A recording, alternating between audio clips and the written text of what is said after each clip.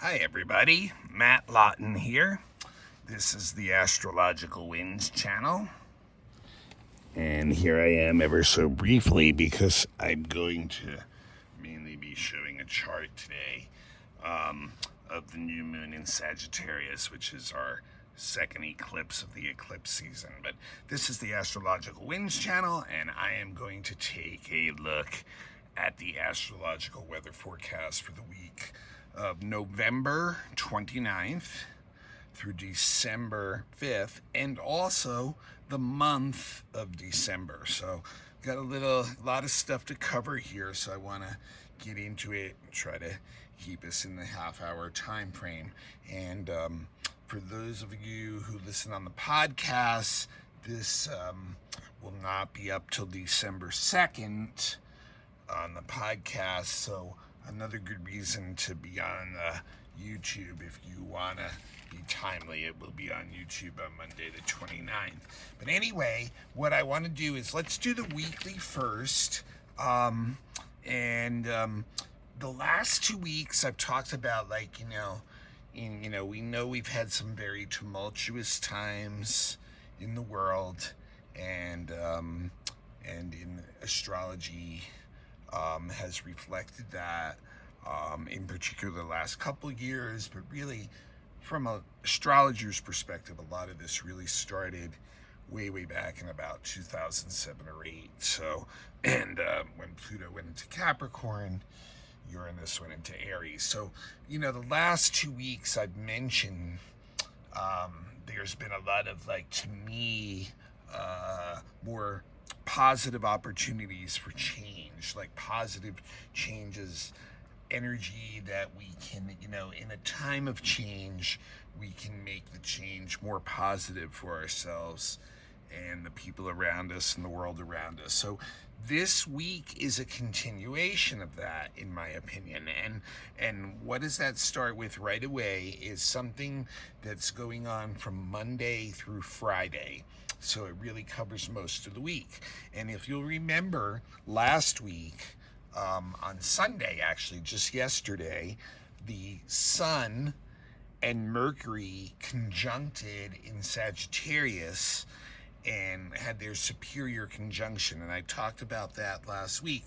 So what that means is that this week, and you can see this chart is all the way on Saturday, and it's Monday right now, and you can see they're still very close together, the Sun and Mercury. The point being is that those two are traveling together this week. So when one of them is aspecting planets, the other one is right behind it, doing the same thing.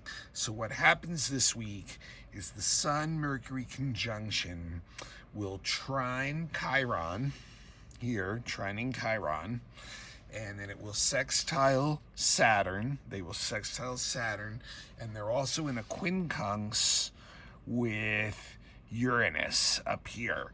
So one after another, they're going to hit, starting on Monday when Mercury trines Chiron and sextiles Saturn, and actually also will, at the time, sesquiquadrate Eris, but that's not quite as nearly as important as the other things. So to me, this, like I said, it continues, like this changing energy of the last 2 weeks on a personal level that we can work with and really, bring some positive energy and change into our lives. And so what I think right now is this can really, the trine the Chiron and the sextile to Saturn in particular, with both the Sun and Mercury, both the mind and the will working really well together, can bring a confidence that, that we're on the right path right now, that we're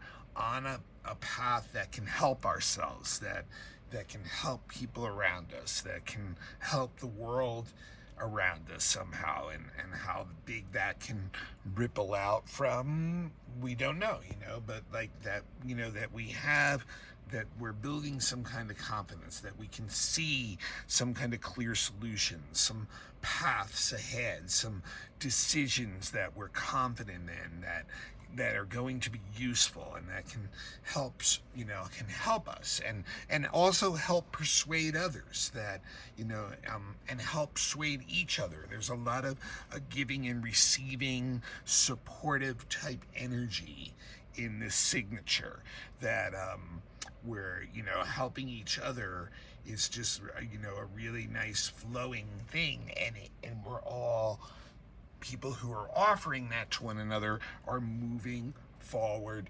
together, even if it's on their own, each individual's own path and how they define as what moving forward may even be.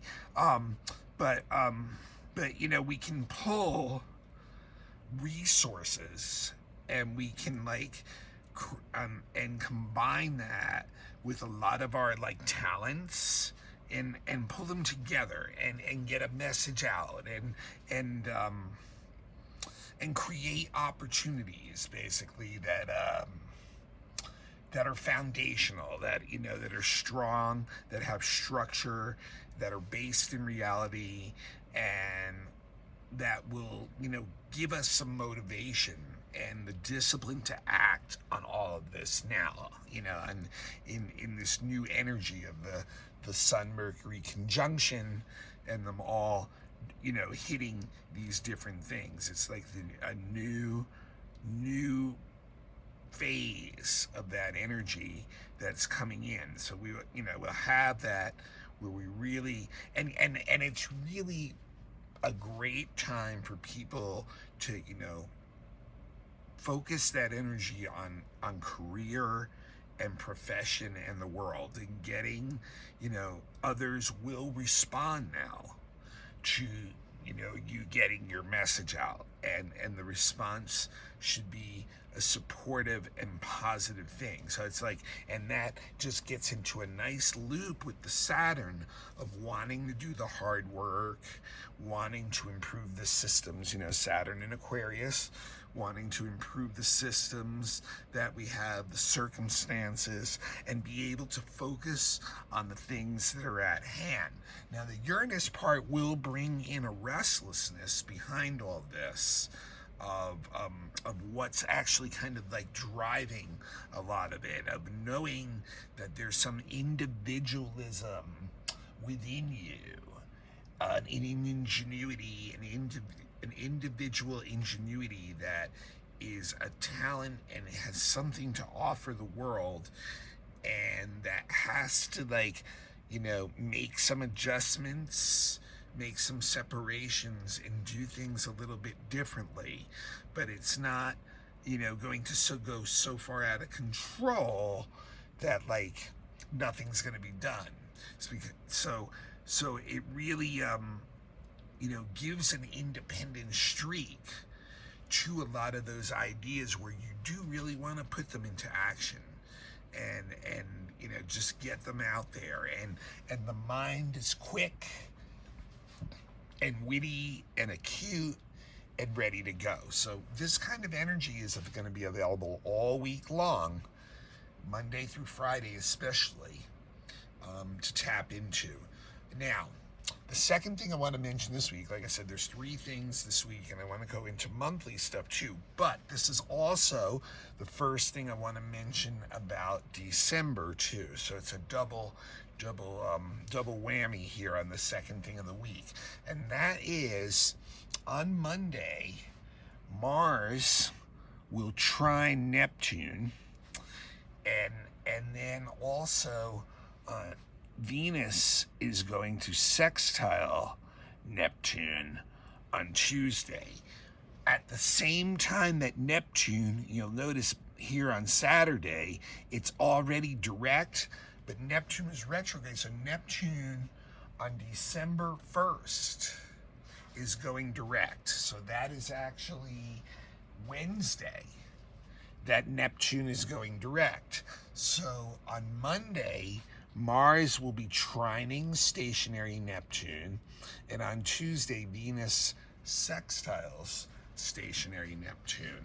So this is this is the station, like I said, just the direct motion of Neptune is one of the bigger events of December, where our ideals, our imagination can be put more into direct action instead of like a more internalized thing. We're going to want to actually see if we can bring our ideals out into the world. And for a lot of us, it's through artistic expression. For others, it's a spiritual path, but it's whatever is inspiring us. And we want to somehow take what's inspiring us, which is usually based on our ideals, out into the world more externally now that Neptune is going direct. And remember, all of these other outer planets have been slowly going direct one by one this fall. So now Neptune joins Jupiter, Saturn, Pluto, all going all direct right now, leaving only Uranus and later in the month Chiron retrograde. So the Mars and Venus together is really nice with that Neptune. It really brings like an energy that's motivated by compassion, by wanting to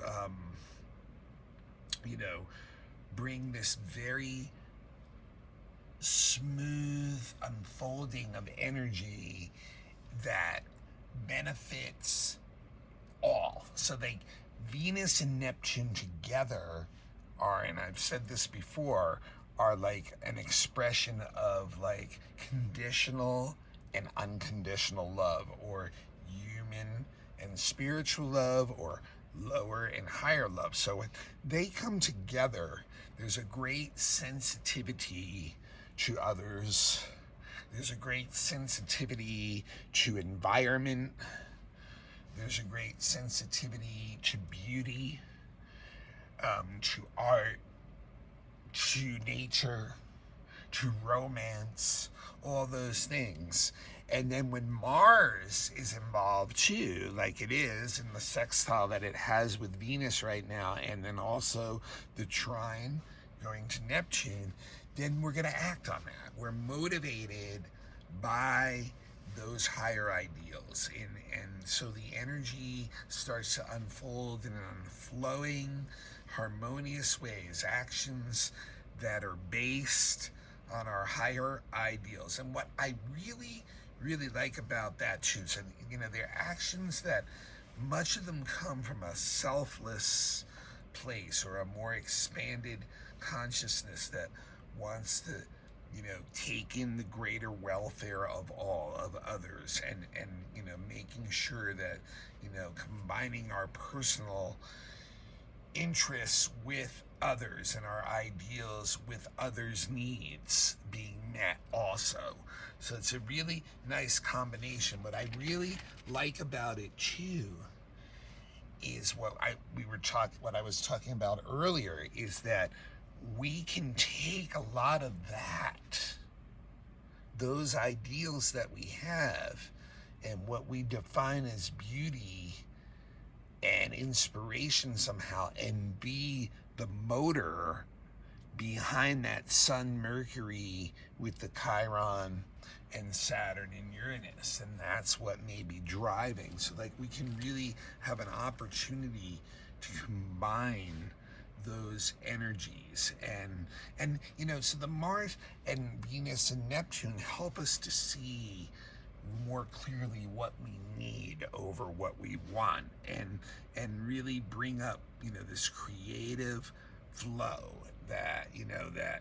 that's all encompassing and delicate and sensitive, and that and it's good too on mundane levels for romantic relationships and things like that, where it's very coming from a higher space, a sensitive space, very giving and receiving, balance and harmony, beauty brought into that. So and the same with both artistic energy that you put out and spiritual energy. So like I really think these first two energies of this week, once again, is an opportunity to bring a lot of positive creative energy into your life and combine the two of them together so that they're working really smoothly. Okay, so the big event of the week is what we have right here on the chart.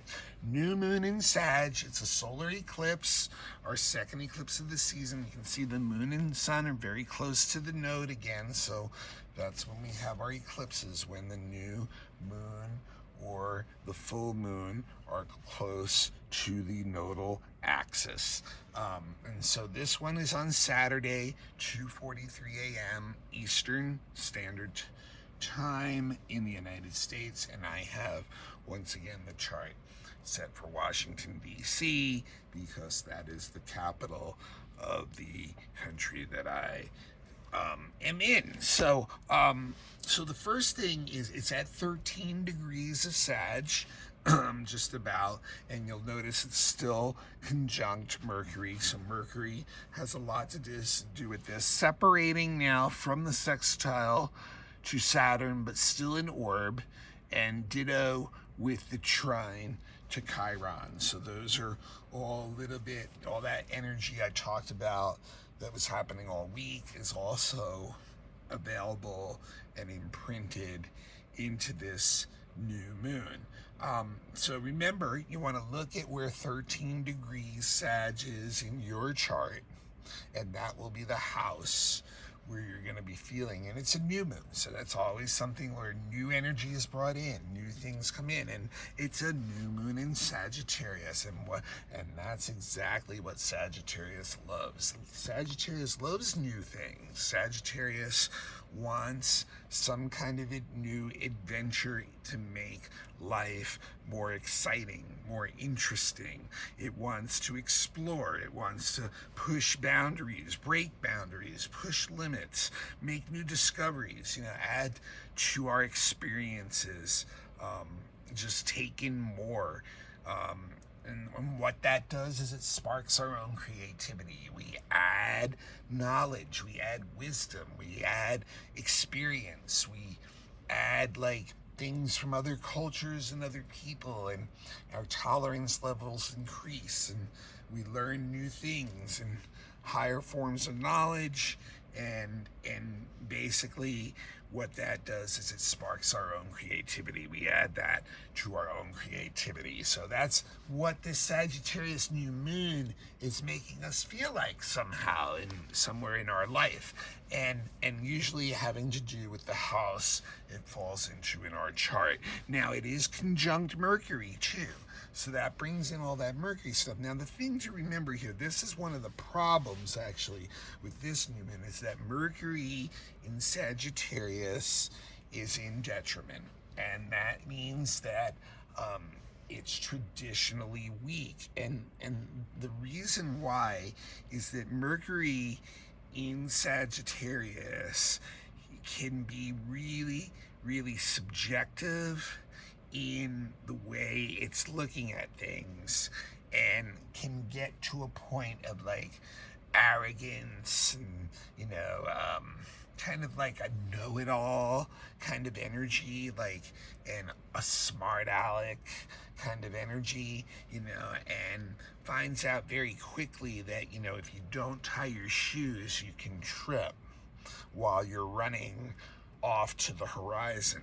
So that's really interesting on that level. It's one of the things that always has to be taken care of, is when we have these bigger visions that Sagittarius has, these bigger visions, long-range visions, acting for the future, that there's a lot of steps to get to that point between now and then, and those steps require a lot of detail and intricate design, focus, and all that. And sometimes Sagittarius, especially Mercury there, would rather not be bothered with that stuff, and it will trip us up later. So, hopefully what we can do is use the sextile to the Saturn to ground us and bring it down.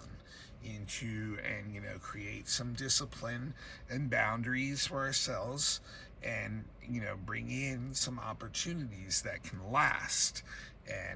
And so a little bit about the eclipse now too. So you know, this eclipse was born, you know, as I've talked about eclipses before, they last for, I think it's about 1600 years or more. It's like, you know, they're born at either the North or South Pole as a very small partial eclipse, and then every time they come and repeat every 18 years or so, they move up. The series of that eclipse moves a little bit up closer towards the equator, and then eventually becomes a full eclipse, and then it starts to dissipate as it goes off towards the other pole over the centuries. So this eclipse is what they call the Saros Series 5 New South, and it was born on July 14th, 1787. So it's a pretty young eclipse, actually, still at the South Pole.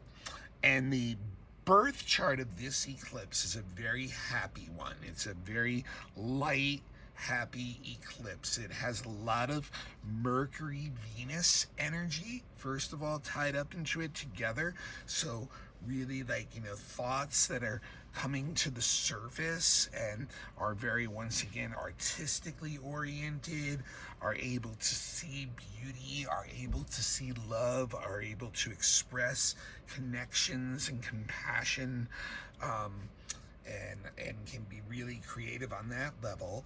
And then also, it also has a lot of Jupiter and North Node energy tied into this eclipse too, the birth chart, which gives it a really social and group oriented kind of energy, where there's shared successes, where allies can come in and be helpful, and fruitful unions too. So it's a very positive eclipse, actually.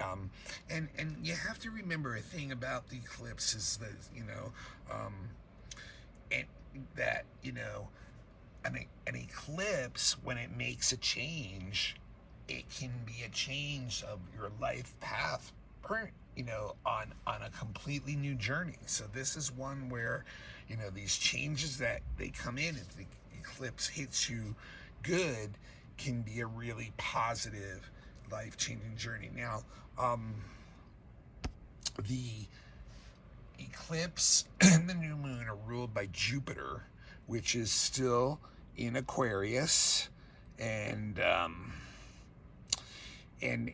here it is down here, and Jupiter, you know, in Aquarius, you'll notice here too that it's square Mars, so it's a supercharged energy that's behind this. It shows that there's a lot of motivation to really make things happen, to really push forward, to really want to bring change into our life. So that, you know, once again, the biggest danger with Mars and Jupiter is to put, like, just like that Sagittarius energy is pushing so hard ahead so quickly and so fast that you overlook details. So, and get yourself in a lot of, like, false starts, mistakes, drive into the wall, have to back up, start again, repair, you know, that kind of thing. And then the other thing it does, Jupiter is still sextiling Eris. So it's, once again, like I talked about in the monthly for November, an opportunity to introduce change into our systems through our values and philosophies that help us grow, that help us have personal growth on all kinds of levels, and, like, expand our, you know, evolution, who we are as beings, and then can bring that into society too,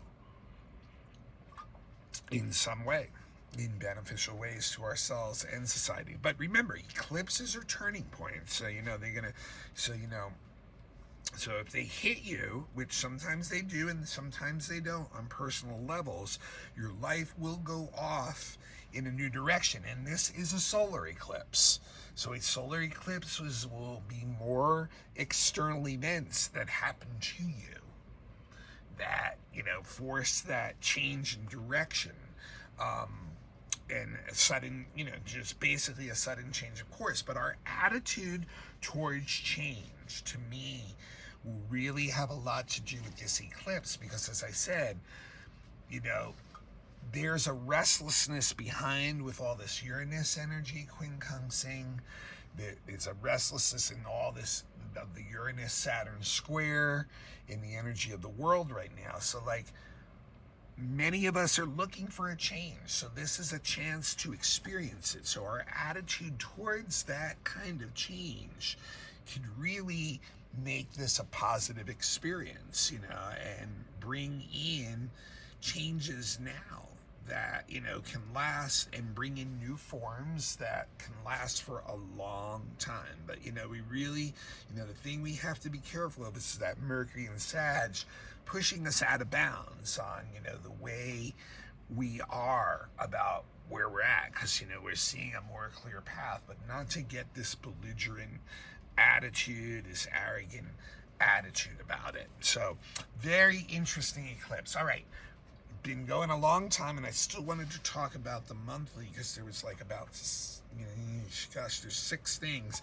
but I did talk about the first thing already, and that is on December 1st, Neptune going direct. Next thing is December 17th. Venus is going to go retrograde in Capricorn. I think it's right about 24 degrees, remain retrograde until January 30th. Okay, Venus in Cap in retrograde is definitely going to be a period of a reassessment, and a serious reassessment of all our relationships, especially the older ones, the ones we've been in a long time. We're going to really ask ourselves how wise it is, and what value and reliability and those people are offering us at that point, so that's going to be a really interesting period of time.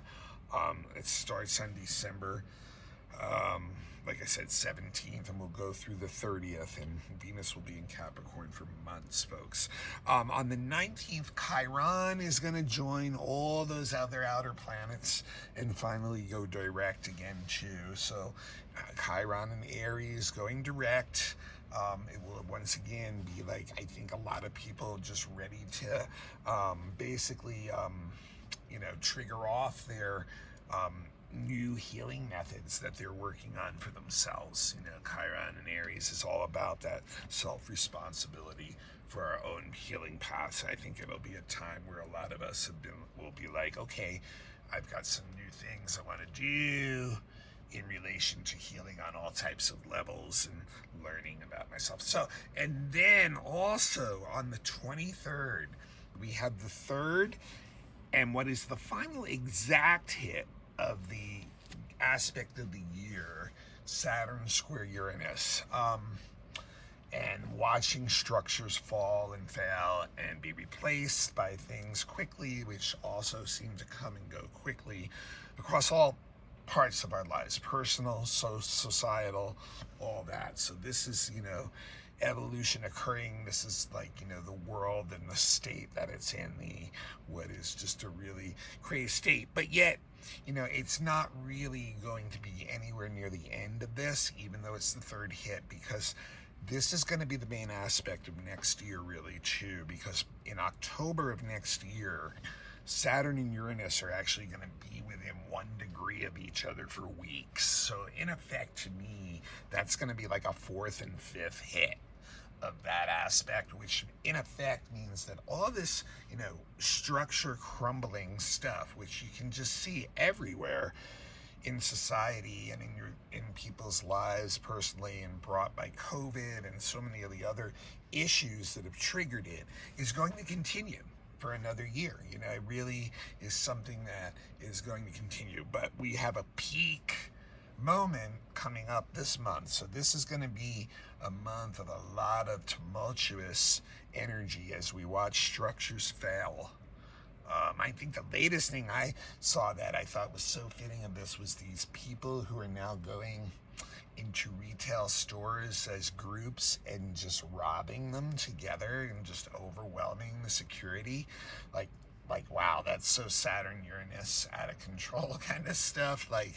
You know, so like, what's that going to lead to? Like, no more retail stores eventually. So, you know, it's just very interesting, you know, but it's just another, you know, so we're going to see a peak of that kind of rebelliousness against structures and structures failing us, things that we've relied on in the past, governments, people, you know, corporations, whatever it is, anything that represents authority and structure, which is Saturn, needing to go through this Aquarian change and getting new uploads, is going to be like challenged by Uranus, and sudden upsets will be occurring through that. And then once again, with Uranus and Taurus showing once again, yes, like, you know, the current banking systems, resources, money, international finance, corporations, all that stuff that Taurus represents are all going to be part of that big shakeup. Then on Christmas Day, Jupiter is square Ceres, and I just think that's really so fitting in an odd kind of way, because Ceres is all about, you know, what makes us feel comfortable. She's all about, you know, our family, our home, our hearth, the resources we have, our food, you know, things that just make us feel like, you know, secure. And Jupiter is all about, you know, the higher values and things that we share. And here it is on Christmas Day, which, you know, in the Western world is such a big thing, you know, about that. And that square is really showing that things are changing so much that even those basic things like the holidays and traditions that we share and the comfort and security we get out of them are also in like a crisis mode. And you know, in this year, you know, what that is, I think a lot of that, once again in real world terms, is the shortages of things that people normally have those times of the year. But like, once again, is this the earth saying it's a want, it's not a need? And that's the kind of thing that, you know, the Jupiter square Ceres is asking us to, you know, seriously evaluate, to change Aquarius, the age of Aquarius, the way we're doing a lot of these systems, to give them an upgrade. And that may require changing the way we do some of these traditions, changing the way we live archetypes, maybe creating our own new archetypes. So then the final thing I wanted to mention was on the 28th. It's going to be a beautiful thing, actually. Jupiter will go into Pisces for the better part of the next year. And Pisces is one of the signs that Jupiter rules. So it's very strong there. And this will be a very compassionate, giving, open, receptive type of energy that will come across society. It's like people wanting to support one another, wanting to have tolerance, wanting to build a bridge, wanting to understand and actually have compassion. And on a personal level, really, people may have a lot of spiritual and mystical and religious experiences that bring them to a new level of understanding, of their personal understanding with spirit, and also a lot of creative energy that will come out of that. And like, art will be usually the output of that. So there's a lot going on in December for sure, and a lot going on just this week, but it's another week of real positive change if you want to take it and steer it that way, to take your ideals and these new energy that's right now, things that you want to push out and things that you want to leave behind and separate from, and take the step forward and keep planting those seeds to help, you know, change the systems in your life and the systems of the people around you and the systems of community and world, and have a better vision of it. Because I don't think anyone's satisfied right now. You know, I just read this article this week where these billionaires are like, you know, the psychiatrists and counselors who work for them say they're just, you know, their problems are the same as anybody else's, you know, their fears, their problems and everything. They're human beings too. And if anything, they're worse because,